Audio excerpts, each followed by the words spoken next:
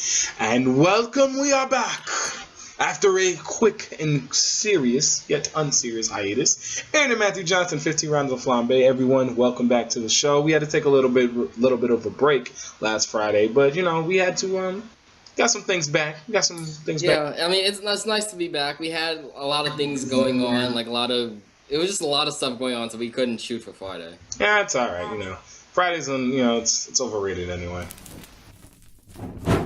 Opening up the show today, we're going to talk a little bit about today's happenings in the world of baseball with the MLB trading deadline coming and going. A lot of different teams made a lot of moves. Cleveland, the Yankees, the Rangers. Matt, who do you think made the best move? I know the Mets made a big move, I think, in getting Jay Bruce from Cincinnati. But tell me, who do you think, Matt, with some of the moves that went down today? I mean, as you mentioned before, two of the four teams you mentioned, I really like what Texas and Cleveland did. Texas got Jonathan Lucroy after he was supposed to be going to Cleveland, but he had the trade veto on the team. So. I like that he was able to do that. I like when players. I'm always for the players getting more power, and I mean it's not like he just didn't like Texas. I like the idea because they wouldn't let him literally go out into free agency and make his money, and he wasn't guaranteed playing time. So these were actual reasons why he wouldn't go to a contender. Yeah. But he ends up going to Texas anyway, and then Texas also got Carlos Beltran and the Yankees fire sale,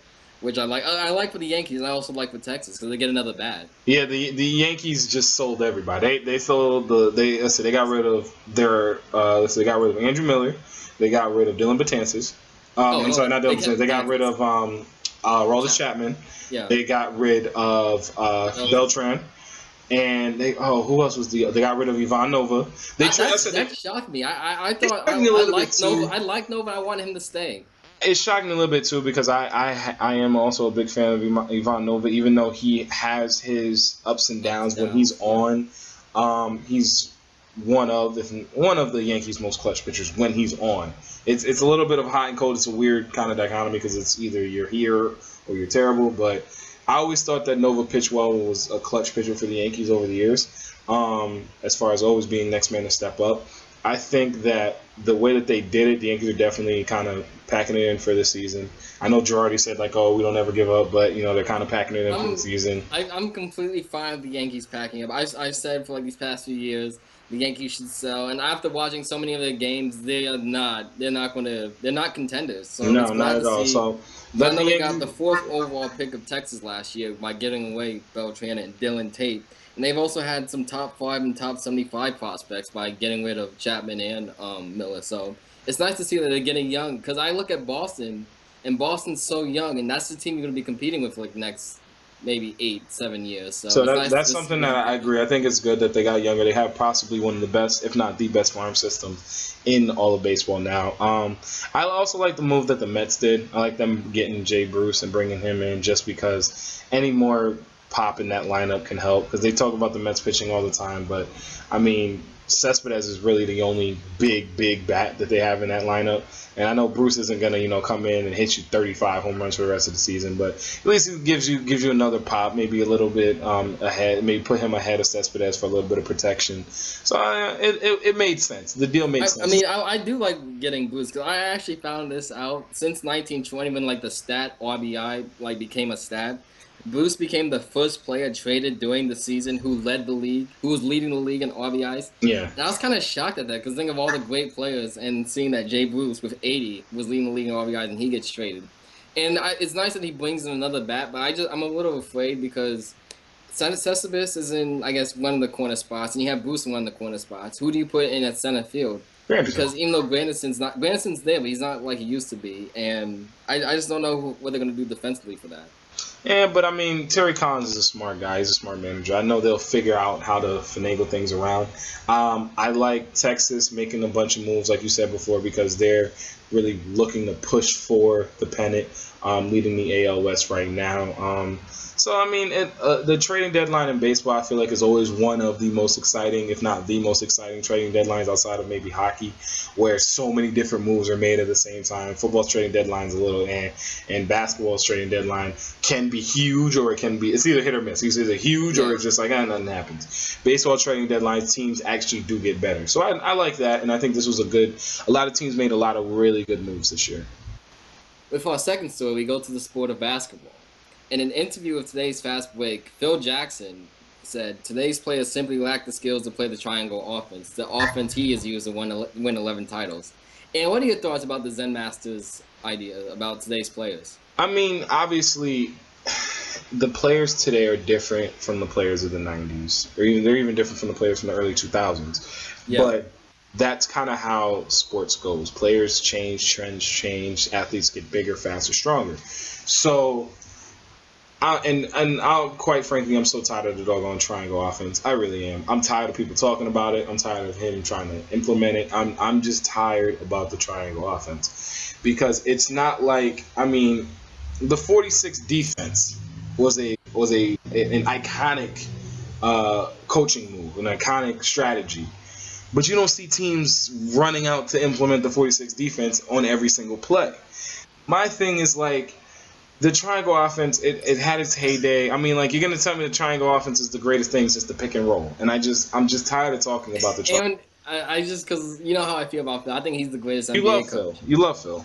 And it's not like the 46 defense, it just wouldn't work today with like offensive schemes, passing, blocking. It just wouldn't work. Quick hits like Tom Brady's throwing them out as soon as he gets it. But it's not, I mean, the triangle offense still works. Like, look at, I mean, even though it's a few years past, Kobe Bryant won his last 2 titles in the triangle offense with Phil coaching. So it's not like the 46 defense, which won once and that was it. The triangle's offense has been going on since the 80s, 90s, 2000, even in the early teens. So it does work. And I agree with Phil that today's players aren't as skilled. I mean, they're more talented than, say, players in the 90s, but they're not skilled, I don't think. But my thing is this, they're more, I think that's why they aren't as skilled, is because the talent level is so much higher. You don't have time to really, not time, but players aren't going to focus on the fundamentals as much as they should have when they can jump out of the gym. And instead of learning how to, go around the guy, they can kind of just, they're so fast and go straight through him or something like that. Like, certain times, talent is going to overclass and outweigh skill in certain areas. Obviously, you have to have all the basic fundamentals. But you think about how big men are. You think about the talent that big men have. When you look at guys like Draymond Green, guys like Andre Drummond and DeAndre Jordan, where it's like their talent kind of outweighs some of the skill that they would otherwise have as big men. Yeah, I mean, I'm looking at DeAndre Jordan. He is a great center, but imagine if he had. I think he's a good center. If he had the fundamentals of Tim Duncan, can you just imagine how good the Clippers could be? I agree with Phil, because I remember I was reading the quote, and he mentioned today's players know how to play one-on-one. They can catch and shoot, crossover, dribbles, spins, step-back shots, and playoff screens. But they don't know inside reverse pivots. They don't know basic footwork. They don't have a sense of timing, and I completely agree. And I think some of that does have to go to like the college game and a bunch of these one and dones who come into the league after barely scraping the after barely scraping like the knowledge of college basketball and more fundamentals in college basketball. They just go straight into the NBA basing on their talent. I agree with that, but I've been a proponent of keeping guys in college for a lot longer. I honestly think guys should stay in college 2-3 years like they do in football. But that's just me. At least make them stay one more year, because when I think guys come out of college, they're a lot more polished. I do. It's been shown. Like when they spend years in college and then they come out, the game is just crisper because they have a better understanding of not only their own self, their own game, and it just works. So you have guys like a Damian Lillard that can come straight into the NBA after spending 3 years at Weber State and be like, you know what? He knows what he's doing. He knows how to run an offense. He knows how to run a team. He knows how to play the game of basketball, as opposed to a Sebastian Telfair. I know it's going back a little ways, or someone like that goes 1 year and they're done. So, I mean, I think that the success of the triangle offense isn't based around whether or not these guys have skill over talent or talent over skill now. I think it's the fact that the game is just so different to what it used to be, even when Kobe was winning, even when Kobe and Shaq were winning, even when Jordan and Pippen were winning. I think that the game is transformed into something that's so different that it's going to become an obsolete kind of offense. That's why I'm tired of freaking talking about it. I would say the key to the triangle offense, I know you're tired of this, is just passing. And that's why, even though they don't follow it strictly, let's say it's Steve Kerr, a disciple of Phil Jackson, the Golden State's so good at passing. And that's why the set of triangle works so well, because everyone's involved, everyone's moving, everyone has, as Phil says, has timing. And even though someone who doesn't use the triangle, like Greg Popovich in San Antonio, they're so good at passing. So it's just the key is just being able to do multiple things, being able to pass, being able to dribble, be able to take shoot a decent shot. So rounding out our return campaign here on 15 Rounds of Flambé, we're going to talk about everyone's favorite story in sports right now. The infamous Draymond Green Snapchat snafu. The Golden State Warriors forward accidentally put a private photo of his nether regions on the Snapchat story after he apologized and said that he was supposed to send it as a direct message to someone. Matthew, are players ever gonna just learn? I like the nickname Dan Levitard from ESPN calls Draymond Green as the penis hunter, and it's just this is just another situation of Draymond just being so immature and being just irresponsible. It's adding up, and it's gonna hurt in the long run. I really think so, unless he matures up. And don't get me wrong, I'm a huge fan of Draymond. I love Draymond Green. I love his game. I love the fact that he is the most 90s player that we have left in the NBA. He is. He could have. Charles Barkley was quoted as saying he could have played in our era, and I think Draymond could have. I'm not gonna say he would have been a star, but he would have played, and he would have been able to play well and handle his own. But when you get something like this, and going back to when he got arrested earlier in the year for punching out the guy from Michigan State and all the stuff that Stephen A. Smith brought up a really good point earlier today on First Take, and I was listening to it, and outside of all the people around you, he brought up the fact that now that the Warriors have Kevin Durant, Draymond Green becomes a little bit more expendable. And the reason why I say that is because if you start to, granted, if he can get his stuff together and get the maturity level up, and they can actually work together as a unit, that Warriors team is going to be one of the best teams possibly of all time. But he becomes expendable in the sense of, if he starts messing up and really starts screwing up and getting into situations here and getting to a lot of off the court antics, the Warriors aren't going to have to deal with him anymore because they have three of the best players in the game. I mean, it's just like every time I believe he cost them the NBA Finals by getting suspended. And I do think so too, because the entire momentum, they would have never gone back to Golden State. I think they were in Game 5. I mean, you got the Steven Adams, you have dealing with LeBron in the NBA Finals, then you have getting to the fight at Michigan State, and then you have this. It's too much. I am a fan of his game, but I'm not a fan of who he is as a person unless he really changes himself.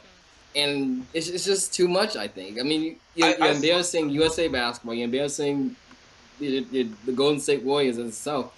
I would just think he would just want to go into a room and just not do anything for the rest of the summer, so they can all just go away. The thing about it is, and it is a little bit compounded because so many things are happening right after another.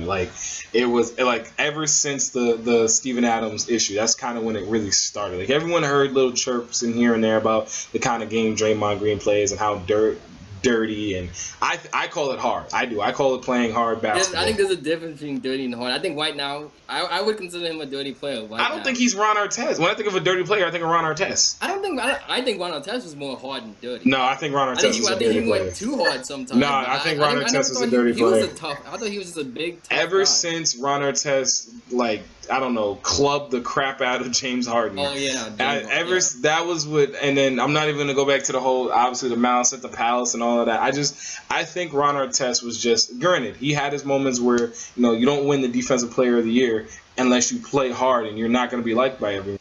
But with that being said, I think Ron Artest was more dirty. Meta World Peace. I think he was more dirty than Draymond is. I don't think Draymond's dirty. I think Draymond plays hard. But my point is the fact that I do want to see him grow up, and like I said, everything got compounded because he's had, prior to this, you hadn't heard anything from Draymond Green outside of he plays really hard. But if you think about it from It's August 1st, and the NBA Finals were on, when they were maybe even like late May. Late May was when they were in the series with the Thunder, when the whole Steven Adams things happened. So mid to late May to now. So that's late May, all of June, all of July, and now. In that period, he's had about 4 or 5 instances, or 3 or 4 instances of extracurricular activities, whether it be him getting suspended or the Michigan State thing, and now the Snapchat snafu. Yes, he needs to get his crap together. He does. He needs to put it up in a little bowl, little box, send it to yourself, Rick and Morty style. Get it together, Rick and Morty style, Draymond. But I don't know. I think that his game is worth it, but it's not going to be worth it for long if he keeps. And it's just the beginning too, when he first said that he was hacked. And then he came back later and said, "Oh, it was just my mistake." He's just not even just owning up to it. At first, trying to lie about it, and then always it's just these instant, "Oh, I'm sorry, I'm gonna do better." And then a few weeks later, "Oh, let's see what Draymond's doing now." I think here's the thing. I think the potential is there because you don't play at Michigan State. Truly is there. You don't play at Michigan State for 4 years under Tom Izzo if you're an idiot. You don't. So, and he was the captain that last year at Michigan State, and that team was great. So, obviously, that's a long way away. Obviously, there's a lot of things that have happened, and a lot of things that but that person is still there. So, I think Draymond's going to be able to bring it around. At least I hope so. Well, that is all the show we have for you guys today. Again, thank you so much for being patient with us. This weekend was insane for both Matthew and I. Just a lot of stuff going on. We just couldn't shoot for Friday. Yeah, no, Friday. We tried on Friday, we tried on Saturday, and it just was like, yeah, it's not going to work. But thanks to everyone that continues to watch 15 Rounds of Flambé. Thanks to everyone that continues to donate to our GoFundMe page. We're going to have the link in the description down here below. Matthew hates doing the finger pointing, but I love having fun with it. So continue to watch our show. Continue to support us. Quick birthday shout out to our cousin Paul. Happy birthday out there in Illinois or wherever you are. He was already in classes. I was surprised. Yeah, I know. He's already in classes. I don't know. But happy birthday out to you, cousin. Have a great day. Have fun. All that good stuff. And we will actually... I know we said it last week, but we'll actually be here on Wednesday. We'll be here on Wednesday. We're going to actually be here on Wednesday. So please, guys, continue to stick with us here. We're going to be adding, again, new content. We're going to be adding some people in, adding some shows in. So 15 Rounds of Flambé is going to continue to grow. We'll see you guys on Wednesday.